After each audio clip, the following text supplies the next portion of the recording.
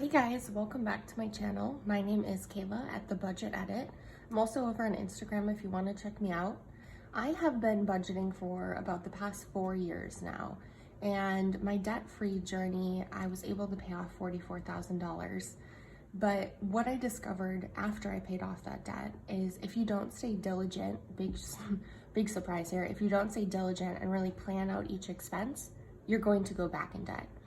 So I'm trying to really focus on making the most of the money that I have and not going back into debt. I'm a small business owner, so I work really hard for my money, and I want my money to be working just as hard for me. So today I'm going to walk you guys through how I go about budgeting my paycheck. And I am using the Budget Mom's Paycheck Budget Tracker here. I've used her books for the past 4 years, and I found that it's really well organized for me. So I really prefer using the Paycheck Budget Tracker. So let's start here. So my next paycheck is going to be on the 15th. Hope you guys can see this. I think so. And my paycheck is going to be for $18.50. So I'm just putting my income total up here. Okay, so the first thing that I want to tackle is my fixed bills. Things that I know are going to be coming out of my bank account no matter what, and I just want to make sure that I'm prepared for those bills coming out. So the first bill that I have is going to be for Apple, and that is for $3. The next is home insurance, and that is for $9. These amounts are, so for instance with Apple, it's $2.99. I like to round up the penny, and then basically my cushion will get, an extra penny here. I think this one's like $8.87 or something like that, but just for the sake of ease, I always round up to the nearest dollar. Okay, so my next bill is car insurance.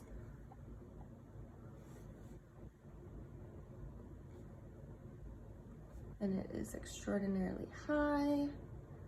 And then for my next bills, what I like to do is split up my larger bills that are coming in January. So for instance, my car payment's $422. It's not due until January 11th, but for the sake of being able to split up those larger chunks into 2 paychecks, it makes it a little bit easier, I find, when trying to save for sinking funds. So for example, if I tried to pay all of my rent and my car payment on that first paycheck of next month, that would essentially eat up all of my money. I would have very little money left over for my sinking funds and for my envelopes. So I like to break those expenses into 2, and it allows me to have a more even cash flow throughout the month. So I write half car, put a little dash in there, and then half rent, and I'm putting another dash because it's not technically due during this paycheck. And then my last bill is therapy. I really was going back and forth, do I want to put that out on my channel? But you know what? This is my real life. This is my real life budget. There's no reason to hide that. So I just need to, I don't know the date yet, but I need to make sure it's in my budget because I will be paying for it. And then the last thing that I do is going to be total up these bills. So I actually did a rough draft budget, so I already know the totals for everything. So I'm not able to have that in my head, but I have it on my calculator over here. So I have $18.50 to start. My bills are $1,009. I have $841 left over. You can see all of that there. And then the final thing that I do for my bills is I put a little circle over here next to them. Meaning that way I'll know when the bill comes out. So I can put in the actual amount of what came out, but then also I like to do just a little check mark over here so I can quickly see, has all of my bills been paid? Have they come out of my account? If not, what's missing? I don't know, it's just something that I do that makes it a little bit easier for me. So these are my fixed expenses here.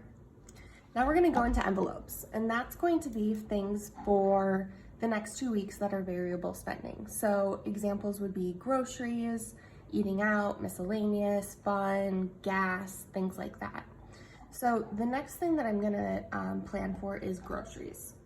So it is just my boyfriend and I who live here in our apartment, but we have my family coming down to Florida on Christmas Day for the following week. So I typically will budget $120. I'm gonna make it a little bit more just to account for needing, more things in the house for people to eat, like breakfast food and snacks and stuff like that. So I'm gonna do $150 for this upcoming paycheck.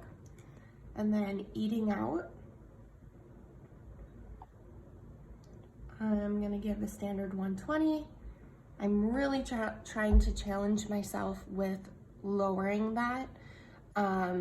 But for right now, with again, people coming to visit, I wanna make sure that I can take them places and not go into debt while doing so. And then next is gonna be miscellaneous. That is getting 25. And last but not least is gas. And that is getting 25. I'm fortunate to be able to work from home, so I don't really need to put a bunch of money into my gas tank, but on the off chance that, we'll probably be driving around more. We're gonna go to Disney on the 27th, so I'll definitely need an extra tank of gas for that. Okay, so adding up here, we have $841 left over from after our fixed expenses. Now, once we add these sinking envelopes, not sinking funds, just variable spending envelopes, we have $320, which gives us a leftover $521. So after I take care of my bills, after I take care of things that I know I'll need to live, then we're gonna move on to sinking funds. So sinking funds are saving a little bit each paycheck or each month to reach a larger goal.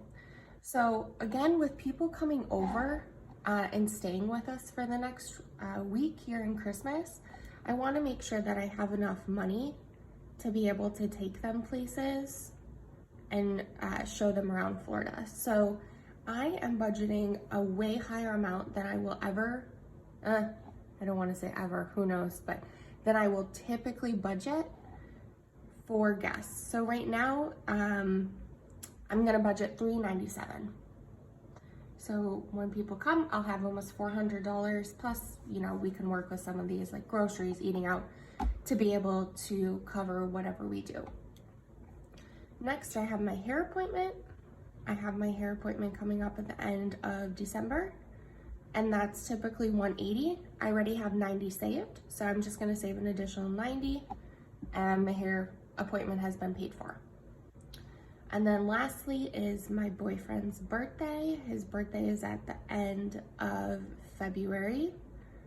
So my goal is 200, so I'm saving $34 per paycheck. So again, we have $521 left over after we take care of these expenses. So I'm gonna put that in left over. And then if you add up $397 plus 90 plus 34, you get a sinking fund total of $521, leaving us with $0 left over. So again, this was a pretty easy and short budget, I would say, just because guests is taking up so much of that budget for my sinking funds. If we look at, like, for instance, last paycheck, you can see how many sinking funds I had. And it even goes all the way down here. So for instance, I don't really have debt other than my car, so I just use these spaces, but you can see typically what my sinking funds will be and then what there are over here. So for my last little bit of how I budget, so my total income, $1,850, is going to be flipping over to the next side so I can take out my cash envelopes for my different, I can take out cash for my envelopes and my sinking funds. So here, I'm just gonna write the different amounts that I will be cash stuffing. So we have groceries, $150, eat out, $120, miscellaneous, $25, gas, $25, guests, $397, hair appointment,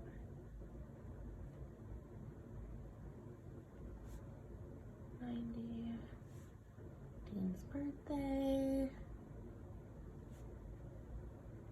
Ooh, my hand's getting tired. Okay, and then let's go ahead and add all these up. This is my old calculator from like middle school, but still does the trick. I need to get one of those like cute pink calculators that I see a lot of budget YouTube videos in. But for now, it's the good old TI. So once we add all those up, we have $841 coming out of my bank account into cash. And then up here, you're gonna write your denomination. So 1, 5, 10, 20, 50, 100. So let's see. To keep things simple, I'm just gonna go ahead and use larger denominations. Last time I used small ones in the anticipation that I would, you know, be paying back and keeping some of the cash, but it hasn't gone to plan. Let's just say that I've spent a lot of my money out of my cash envelopes. We had friends visit this weekend and it dinged the budget a bit, but it was in budget. So that's what really matters. So I'm just gonna be marking what I wanna take out of the bank in terms of bills. So 300, 350, 70, 90, 95, 96, 97, 50, 70, 90, 20, 10, so 30, 1, 2, 3, 4. And then basically I go down here and now I add them up. So total count, how many of those bills do we have that we're gonna be taking out? So we have 2 plus 4, 6, 3, 1, 1, 2, 3, 4, 5, 6, 7, 8, 3, 5. And then here, total value, so $6. I'm just doing this number times the denomination, 15, 10, oh, math, 160, 150, 500, and then let's make sure it all adds up. If it adds up, the balance is correct. Please work. Yep, $841. So we wanted to budget $841. We have $841 in bills. And after that, what I will do is I will fill out a cash teller slip telling them what denominations I want and what quantities and how much it should be equal to. And that's it. We are budgeted for this month or for this paycheck. And if I'm feeling extra motivated or I have a specific goal, I'll come down here and write like money thoughts. So, and my priority goal. So let's just actually fill that out. Priority goal is going to be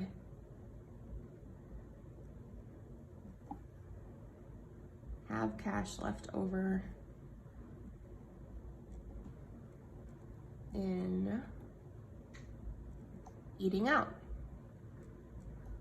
I really want to be able to roll some cash over and really focus on my sinking funds, like my house down payment. I want to be able to buy a house in Florida in 2023. So that is one thing that I'm really focused on here for this year, is saving for that. So any rollover cash that I can save and apply into the savings challenges, I'm going to be using that cash to then go to my house down payment. So thanks so much for sticking around and budgeting out this paycheck with me. Please like, comment, and subscribe. And if you have any questions, feel free to leave a comment below. Thanks, guys. Bye.